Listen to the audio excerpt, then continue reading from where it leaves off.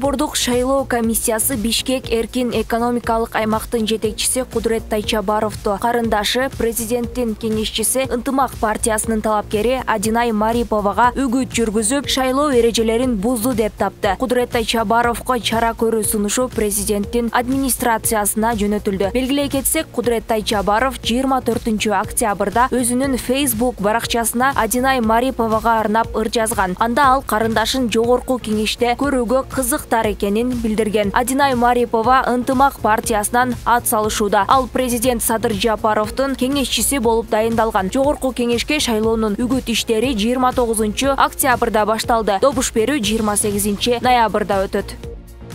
Бишкек эркин экономикалык аймагынын башкы директору Кудурет Тайчабаров Азия News, Nazar News жана Gezitler.org сайтын сотко берди. Бул тууралуу маалыматты ал 24 KG агенттигине ырастады. Анын айтымында журналисттер ага карата кылмыш иши козголорун айтып, туура эмес маалымат беришкен. Материалда мени түрмөгө отургузат деп айтышкан. Мени эч ким суракка чакырган жок. Ага эч кандай негиз жок. Бишкек экономикалык аймагын УКМК кызматкерлери такай көзөмөлдөп турушат. Бул маалыматтан кийин мен реанимацияга түшүп, кан басымым көтөрүлүп кетти. Мен гезиттерден 50 миллион сом талап кылдым, дейт ал.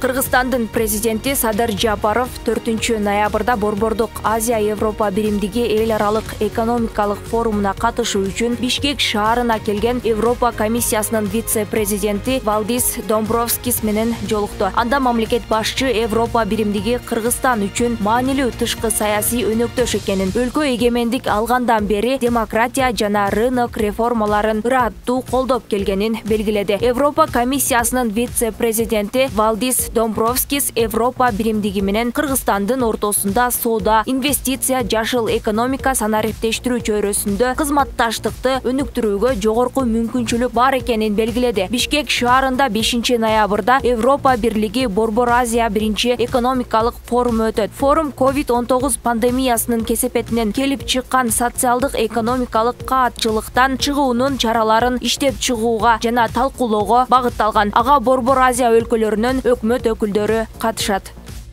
Бүгүн 5 ноябрда Бишкек шаарында Европа биримдиги Борбор Азия экономикалык форуму өтөт. Анда Борбор Азия аймагындагы бизнес жана инвестиция маселелери талкууланууда. Форумга 250дөн ашык жергиликтүү жана чет элдик ишкерлер, ошондой эле Борбор Азия өлкөлөрүнүн 40тан ашык компаниянын өкүлдөрү келди. Форумдун расмий бөлүгүндө 6 келишимге кол коюлду. Алар чакан гестер, айыл чарба, билим берүү жана жашыл экономика боюнча келишимдер.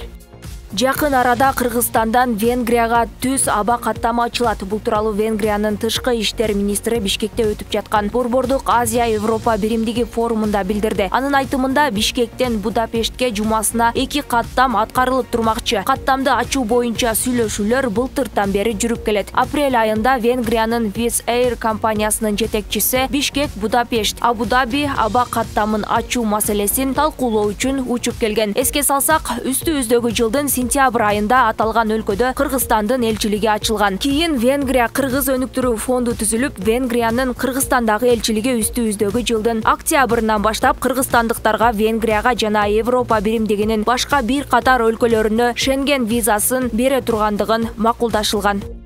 7 ноябрь маалымат жана басма сөз күнүнө карата Ош шаарындагы журналисттер сыйланышты. Коомчулукту маалымат менен камсыз кылууда чоң жоопкерчиликти алган түшүгү оор кызматкерлердин эмгеги бааланып, президенттин Ош облусундагы ыйгарым укуктуу өкүлчүлүгүнүн ардак грамота жана акчалай сыйлыгына ээ болушту. Өкүлчүлүктүн ардак грамотасына Нур телеканалынын кабарчысы Нурзада Сыдыкова татыды. Облус башчысы коомдогу окуяларды чагылдырууда зор салымын кошуп жаткан маалымат кызматкерлери эмгек жолунда ийгиликтерди каалады. Ушундай эле сыйлоо аземи Ош шаарынын мэриясы тарабынан да уюштурулган. Мында Нур телеканалынын башкы редактору Мерим Абдиладжанова жана телеканалдын режиссер оператору Адилет Нышанбаев шаардык мэриянын ардак грамоталары менен сыйланышты. Сыйлыкты Ош шаарынын вице-мэри Венера Рыскулова тапшырып, журналисттердин кызматын алкоого алды.